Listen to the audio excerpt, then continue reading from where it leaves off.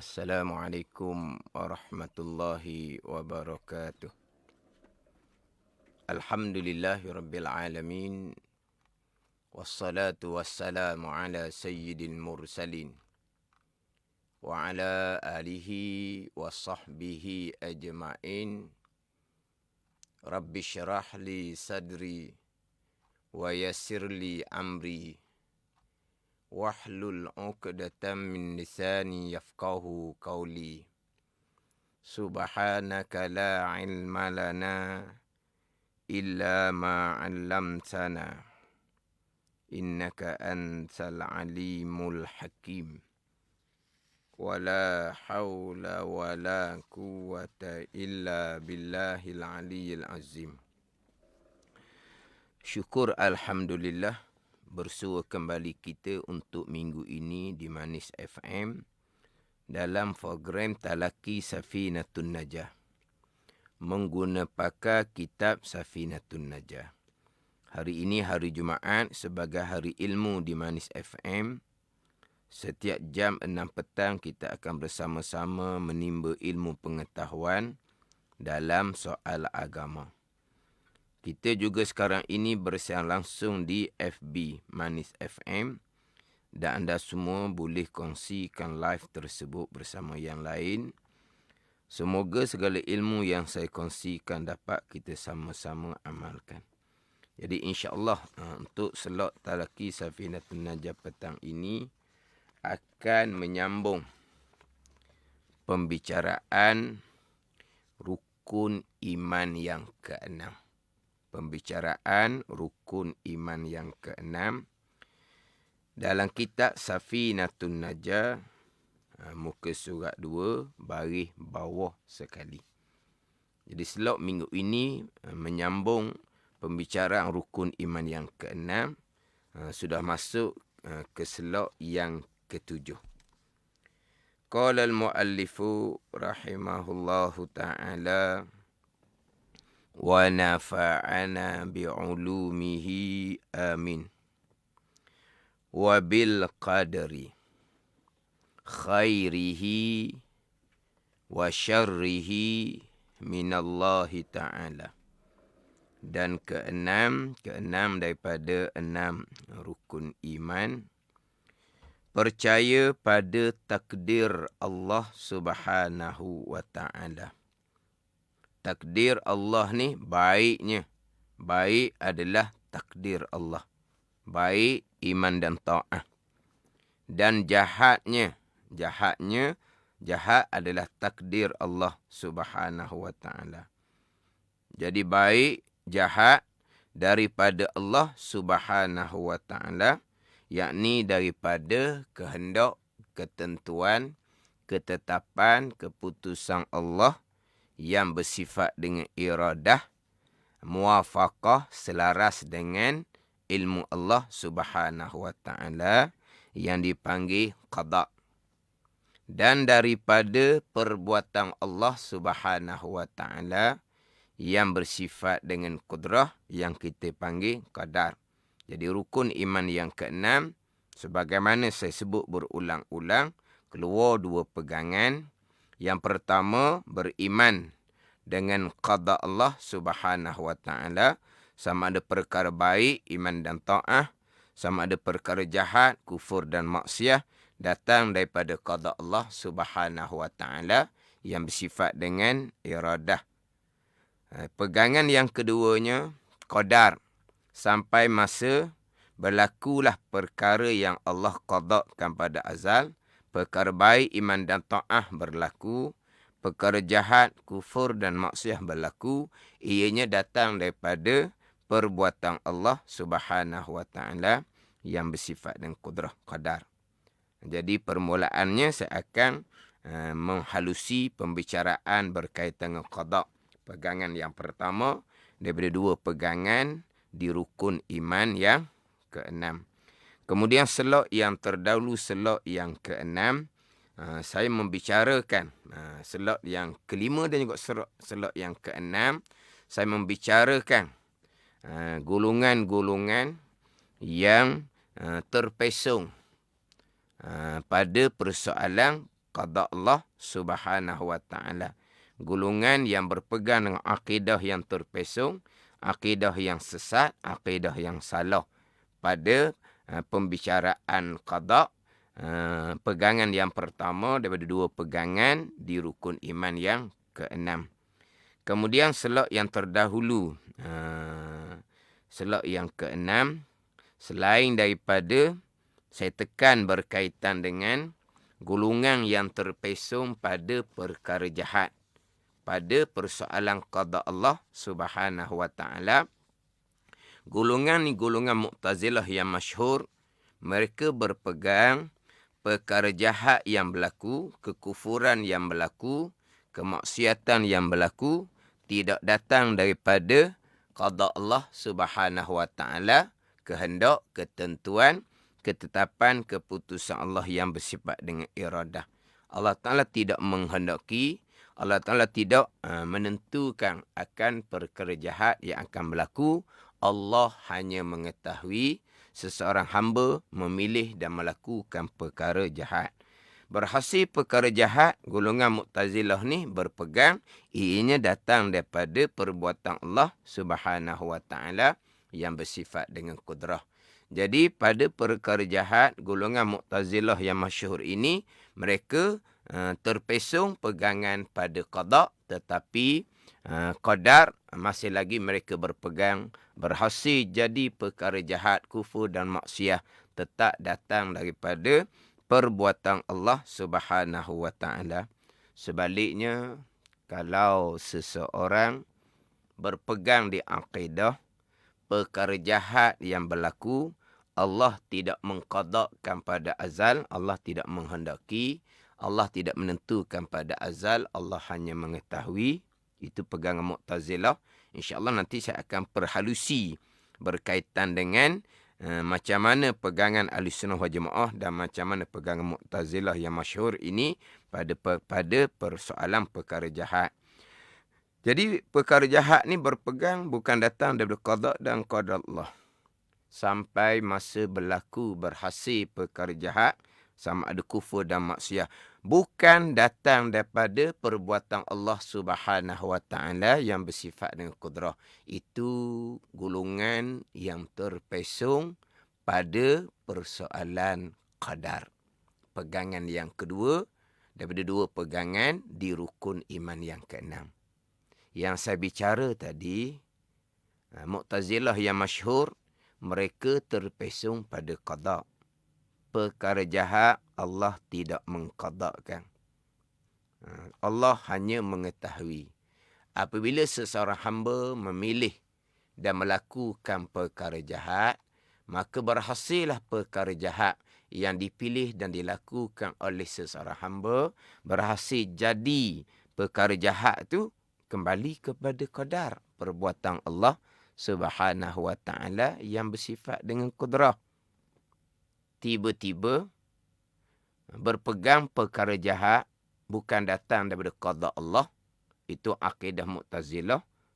Berhasil perkara jahat bukan datang daripada qadar, perbuatan Allah Subhanahu wa taala.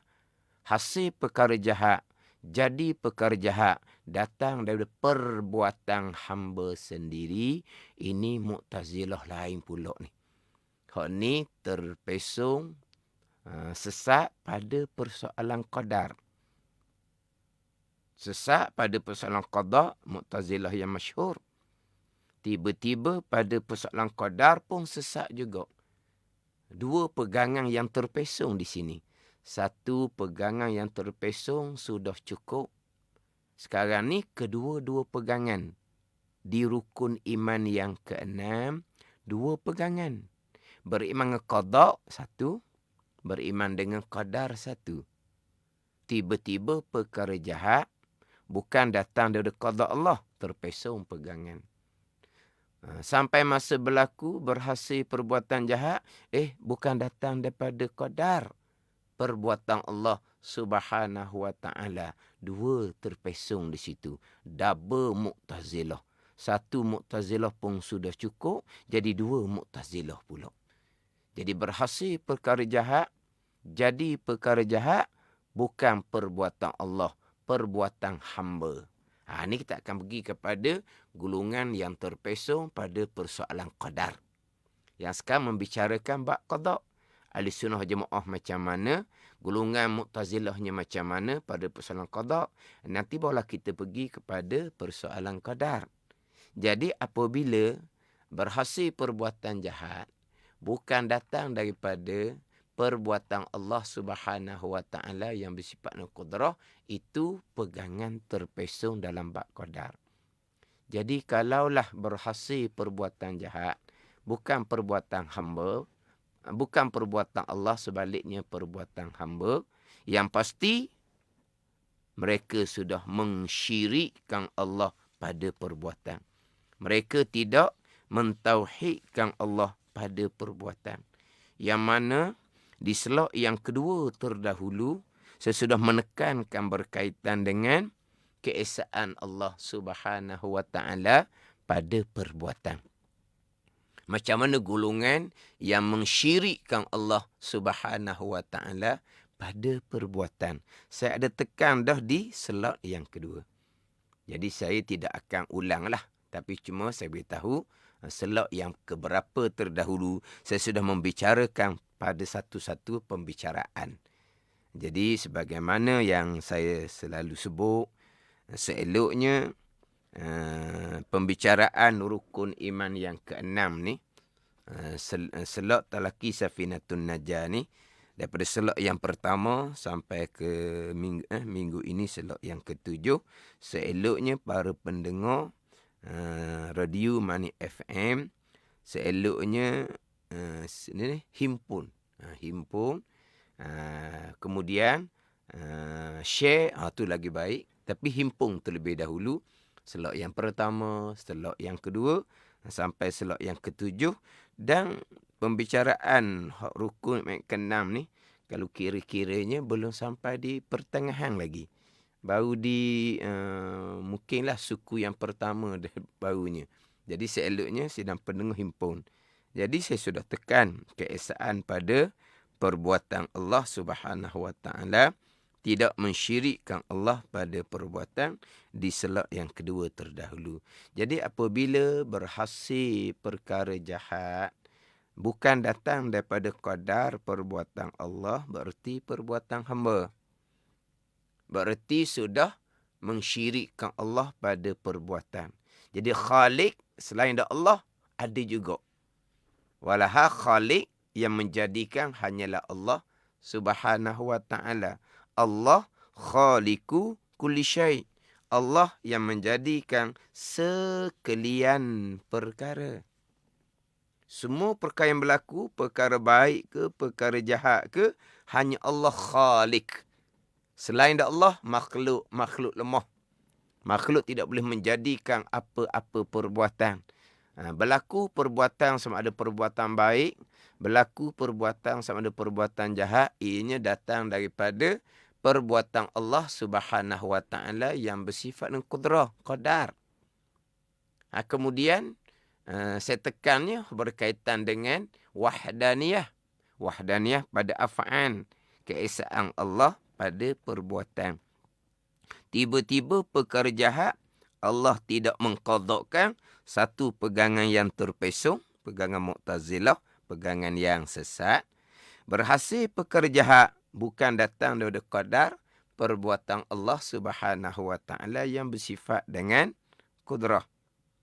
Jadi hamba yang menghasilkan, menjadikan perbuatan jahat. Hamba menghasilkan, menjadikan perbuatan jahat. Macam mana hamba boleh menghasilkan, menjadikan, memberi bekah pada perbuatan jahat? Sebagai contohnya, dia memukul seseorang. Bila memukul seseorang, maka seseorang pun terluka. Jadi terluka seseorang bukan perbuatan Allah. Terluka seseorang adalah perbuatan hamba sendiri. Seseorang memukul, Allah tidak mengqadakkan pada azal. Allah hanya mengetahui seseorang akan melakukan perkara yang jahat dengan memukul seseorang. Allah tidak mengqadakkan. Apabila seseorang memilih dan melakukan perbuatan jahat memukul, maka berhasillah jadilah perbuatan jahat dengan bahawa cederalah kawannya yang dipukul. Jadi cedera tu yang menghasilkan jadi cedera perbuatan hamba sendiri. Bukan qadar perbuatan Allah Subhanahu Wa Taala. Itu saya sebut tadi, tidak mentauhidkan Allah pada perbuatan, bahkan mensyirikkan Allah pada perbuatan, menyengutukan Allah pada perbuatan. Hamba yang menghasilkan, menjadikan perbuatan jahat. Hamba kuasa, mampu menghasilkan, menjadikan perbuatan jahat. Hamba kuasa, mampu menghasilkan dan menjadikan perbuatan jahat tu macam mana? Hamba kuasa, mampu menghasilkan perbuatan jahat dengan hamba mampu hamba kuasa dan mampu menghasilkan perbuatan jahat dengan kudrah. Yang kita sebut sebagai tenaga, rank di tubuh kita. Jadi hamba yang kuasa, mampu menghasilkan kecederaan, hamba bukan Allah. Tetapi dengan kudrah, kekuasaan, tenaga yang Allah letak pada diri seseorang hamba. Kan kita ni di tubuh kita ada kudrah, ada kuasa, ada tenaga. Mari mana tu? Kudrah, kuasa, tenaga di hamba. Allah yang jadikan. Jadi sampai masanya kudrah, kuasa, tenaga di hamba itulah yang menghasilkan perbuatan jahat. So, contoh tadi, mencederakan seseorang. Maka ini pergi pula kepada Mu'tazilah Qadariyah. InsyaAllah saya akan bicara kemudian. Mu'tazilah Qadariyah regu kepada Jabariyah. Itu saya akan bicara kemudian. Yang mana Mu'tazilah Qadariyah ini mensyirikkan Allah pada perbuatan, yang khilaf ulama sama ada menghukumkan Mu'tazilah Qadariyah yang mensyirikkan Allah pada perbuatan sama ada berdosa besar, akidah yang bid'ah ataupun akidah yang kafir. Itu nanti insya-Allah saya akan bicara kemudian. Ataupun hamba kuasa, mampu menghasilkan perbuatan jahat yang dipilih dan dilakukan oleh hamba, yang tidak diqadakkan oleh Allah Subhanahu Wa Taala dengan semata-mata hamba. Tidak berkait dengan kudrah ke, kuasa, tenaga ke yang Allah letak di hamba, tidak. Mana hamba lah semata-mata yang kuasa, mampu menghasilkan perbuatan jahat yang langsung tidak ada kaitan dengan kudrah dan iradah Allah. Semata-mata hamba. Itu bukan Mu'tazilah Qadariyah, tapi itu akidah yang kapi ijma' ulama'. Akidah yang kapi ijma' ulama'.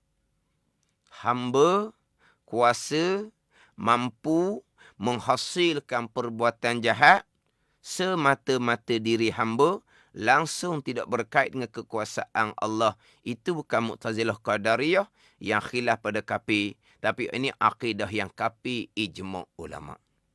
Kemudian sidang pendengar kena ingat baiklah, pembicaraan sekarang adalah pembicaraan iman. Pembicaraan rukun iman yang ke-6.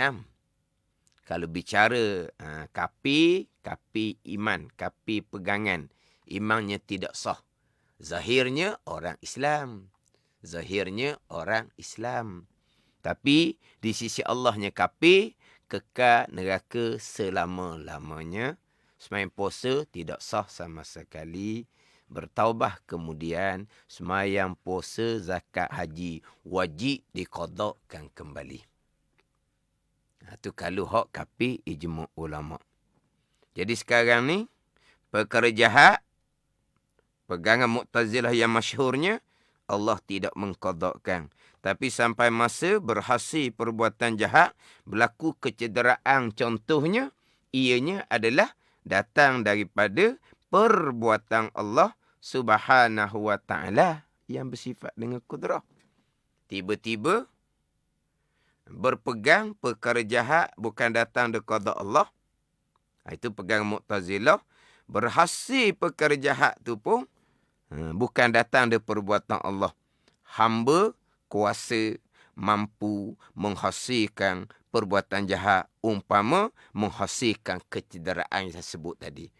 Ya, kemudian hamba menghasilkan perbuatan jahat umpama kecederaan tadi. Satunya hamba menghasilkan kecederaan tadi itu dengan kudrah, dengan kuasa tenaga yang Allah letak pada hamba.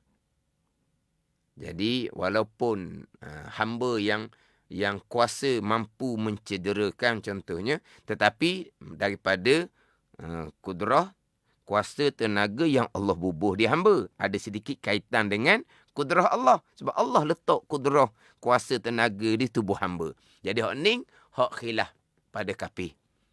Ni kalau ngaji dalam kaedah sifat 20, ni sidang pendengar seeloknya sangat-sangat eloknya mendalami kaedah sifat 20, pembicaraan sifat yang ke-6, wahdaniyah pada zat, wahdaniyah pada sifat, wahdaniyah pada perbuatan, akan keluar dua makna. Jadi, secara halusinya, wahdaniyah keluar 6 keesaan, 6 wahdaniyah. Pergi kepada wahdaniyah pada af'al, keesaan pada perbuatan keluar 2 makna. Mengesakan Allah pada perbuatan keluar 2 makna. Tertolak, ternapi, kan muttasil pada perbuatan, kan munfasil pada perbuatan. Saya tidak bercadanglah nak menghurai panjang istilah ilmu di sini. Tapi kalau biasa belajar kaedah sifat 20, akan memahami kan muttasil pada perbuatan, kan munfasil pada perbuatan, dengan makna mensyirikkan Allah pada perbuatan, sama ada muttasil ataupun munfasil, secara ittisal ataupun secara infisal. Muttasil, munfasil ni bagi orang yang belajar ilmu Al-Quran, ilmu tajwid, tak pelik. Biasa dengar mak wajib muttasil, mak jaih munfasil. Tu. Tapi saya tambah panjang lah ni. Jadi kalaulah seseorang hamba kuasa mampu mencederakan dengan kudrah ataupun kuasa tenaga yang Allah letak di hamba, itu dipanggil kam muttasil pada perbuatan. Separuh perbuatan Allah, separuh perbuatan hamba. Mana separuh perbuatan Allah? Perbuatan Allah yang bersifat kudrah, qadar, letak kudrah, kuasa tenaga di hamba. Habis, setakat tu je. Qadar, perbuatan Allah yang bersifat kudrah. Lepas tu, hamba sendiri yang menghasilkan perbuatan baik ataupun perbuatan jahat. Jadi perbuatan jahat contoh mencederakan tadi, perbuatan hamba sendiri yang mampu mencederakan dengan kudrah yang Tuhan letak di hamba. Tak ada dah perbuatan Allah. Perbuatan Allah separuh je. Itu dipanggilkan muttasil pada perbuatan, itu khilaf pada kafir. Yang kedua tadi, saya ulang lagi sekali. Yang kedua tadi pula, hamba kuasa mampu menghasilkan perbuatan jahat umpama kecederaan semata-mata diri hamba. Tidak langsung berkait dengan qadar perbuatan kudrah Allah Subhanahu wa ta'ala. Langsung tidak ada kaitan dengan qadar kekuasaan Allah yang bersifat kudrah. Hamba semata-mata yang kuasa mampu menghasilkan kecederaan. Ini dipanggil kamun fasih secara infisal. Putuh dengan kekuasaan Allah. Putuh. Kekuasaan Allah buat langit, buat bumi. Menghasilkan perbuatan hamba, tak ada kaitan pun dengan perbuatan Allah. Dengan qadar, kudrah Allah. Tidak ada kaitan langsung. Semata-mata hamba yang kuasa mampu menghasilkan perbuatan jahat hamba. Contoh menghasilkan kecederaan tadi, itu kan munfasih pada perbuatan autokapi ijma' ulama'. InsyaAllah nanti saya akan bicara pada persoalan qadar. Pegangan yang kedua daripada 2 pegangan di rukun iman yang ke-6. Jadi sidang pendengar, ambil molek tiap-tiap selok, kemudian ulang. Kalau sekali dengar tu, boleh turut perlahan-perlahan, slow-slow. Jangan putus asa. dengar kembali. Ulang kembali. Inilah kelebihan FB Money FM. Kalau semata-mata radio Money FM, habis masa nanti, tak ada dah. Tak ada dah lah. InsyaAllah minggu hadapan tu bicara, sambunglah pulaknya. Jadi slot yang ke-7 minggu ni, kalau boleh turut sikit-sikit je, lepas tu hak tadi turut lagi tu, tak dang dah lah. Minggu depan slot yang ke-8 insya-Allah tak membicara dah. Tapi alhamdulillah dengan ada FB Money FM ni, sedang pendengar boleh dengar kembali. Tapi nak dengar kembali tu kena cari dalam FB Money FM. Jadi payah juga. Tu saya sebut semua tu. Simpang. Jadi simpanan masing-masing.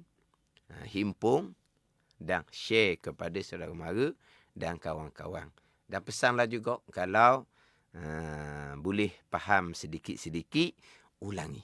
Ulang insya-Allah. Man jadda wajada. Siapa yang bersungguh-sungguh dia akan dapat insya-Allah atas kurniaan Allah Subhanahu wa taala. Kemudian hak saya tekan minggu lepasnya lagi, hak pegangan yang terpesong pada persoalan qada yang lebih sesak daripada hak terpesong tadi. Mereka menafikan qada Allah pada perkara jahat. Tapi tetap qadar perbuatan Allah perkara jahat tu. Tapi mereka menafikan qada Allah hanya pada perkara jahat. Adapun perkara baik yang berlaku datang daripada qada dan qadar Allah. Ini hak Mu'tazilah yang masyhur yang menolak qada Allah pada perkara jahat, kufur dan maksiat. Satu lagi ni yang saya tekan dah slot yang terdahulunya, mereka golongan ini lebih sesat daripada Mu'tazilah yang masyhur.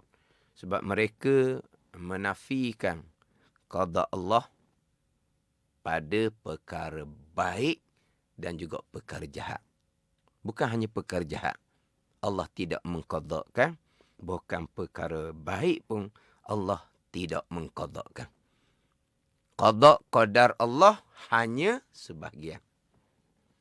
Sebahagian contoh hak selok terdahulunya, buat langit, buat bumi, qada qadar. Buat siang, buat malam, qada qadar.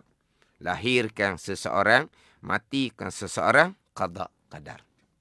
Selepas daripada itu dalam kehidupan seseorang, puluh-puluh tahun tidak ada qada dan qadar. Allah hanya mengetahui.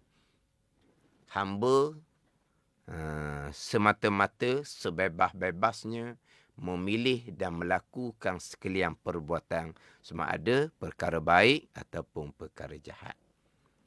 Ni kena siapa pendengar kena ambil faham molek, sebab sekarang terlampau banyak fahaman yang seumpama ni. Mereka hanya berpegang qada qadar pada sekian perkara, tetapi menafikan qada qadar pada sebab perkara yang lain. Jadi bercanggah dengan rukun iman ke-6 dalam hadis Nabi SAW, wabil qadari kulli, hadis Muslim. Dan engkau beriman dengan kehendak dan perbuatan Allah kulli, sekaliannya. Dalam ayat Al-Quran Allah berfirman, Allah lah khaliqu kulli syai'. Allah lah yang menjadikan sekalian perkara. Buat langit, buat bumi, buat siang, buat malam, lahirkan seseorang, matikan seseorang, memang perbuatan Allah. Selepas kelahiran, semua yang berlaku pada seseorang dalam kehidupan bertahun-tahun, berpuluh-puluh tahun, semuanya perbuatan Allah Subhanahu wa taala. Kemudian, apa yang Allah perbuat adalah akan perkara yang Allah kehendak. Itu jelas dalam ayat Quran, fa'alun lima yurid. Ini ayat yang kita sentiasa baca. Dalam ayat yang lain, innallaha yaf'alu ma yurid. Sesungguhnya Allah Ta'ala yang melakukan tu qadar akan barang yang yurid. Arada, yuridu, iradatan, iradah. Allah Ta'ala melakukan tu qadar akan barang yang Allah kehendak. Itu qada. Jadi semua yang berlaku dalam kehidupan kita ni, Allah yang lakukan, sebagaimana Allah yang qadakkan. Wa rabbuka yakhluqu ma yasha' wa yakhtar.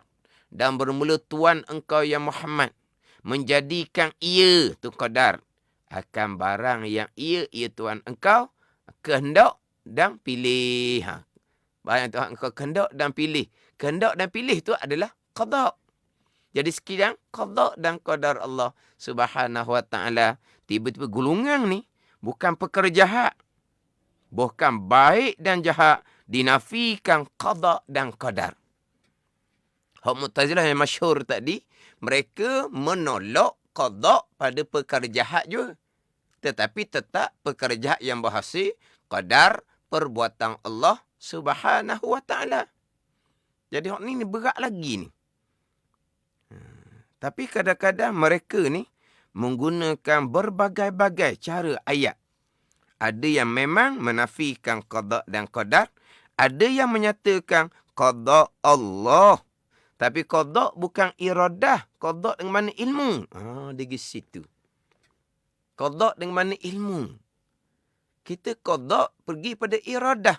Ta'alluq tanjizi qadim bagi iradah. Itu qada. Muafakah dengan ilmu. Ta'alluq tanjizi qadim bagi ilmu. Tapi mereka tolak iradah. Mereka hanya ambil ilmu. Jadi macam mana dengan ayat fa'alul lima yurid. Barang yang Allah kehendak. Inna Allah yafa'alu ma yurid. Akan barang yang Tuhan kehendak. Bukan akan barang yang Tuhan tahu.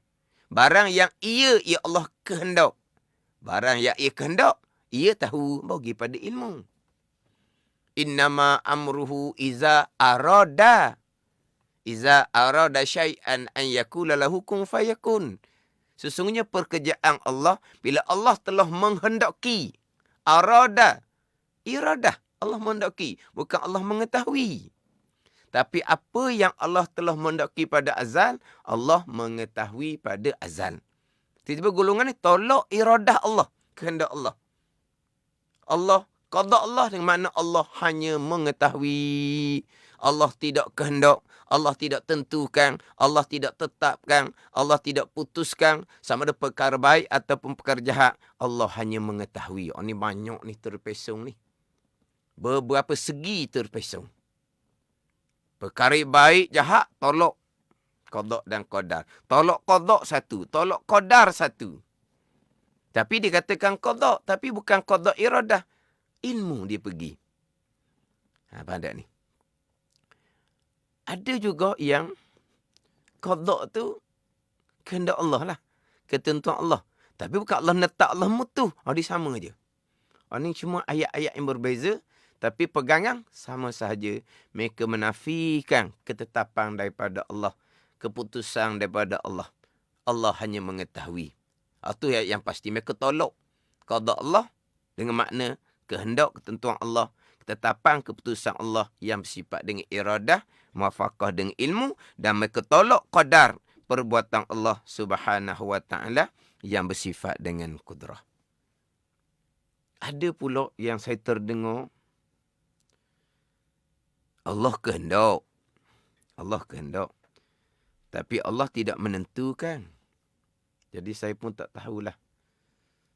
Saya Alhamdulillah boleh memahami pembicaraan rukun iman yang ke-6 ini dengan pengajian pondok pembicaraan kaedah sifat 20. Yang mana pengajian pondok kaedah sifat 20 bukan hafaz. Tetapi dihurai secara tafsil, secara terperinci. Jadi kalau kita pergi pada kaedah sifat 20 cukup jelas. Antara kehendak Allah, iradah dan mengetahui Allah. Kehendak terjemah daripada iradah. Sifat yang ke-8, sifat iradah. Dia terjemah dengan kehendak. Iradah ada ta'alluq, dipanggil ada fungsi dia. Ada khija'an dia. Apa ta'alluq iradah? Takhsis, menentukan. Jadi Allah yang bersifat dengan iradah, kehendak, mentakhsiskan, menentukan, menetapkan, memutuskan. Tiba-tiba Allah kehendak. Terjemahan pada iradah. Tapi Allah tidak menentukan. Menentu itulah fungsi iradah. Takhsis.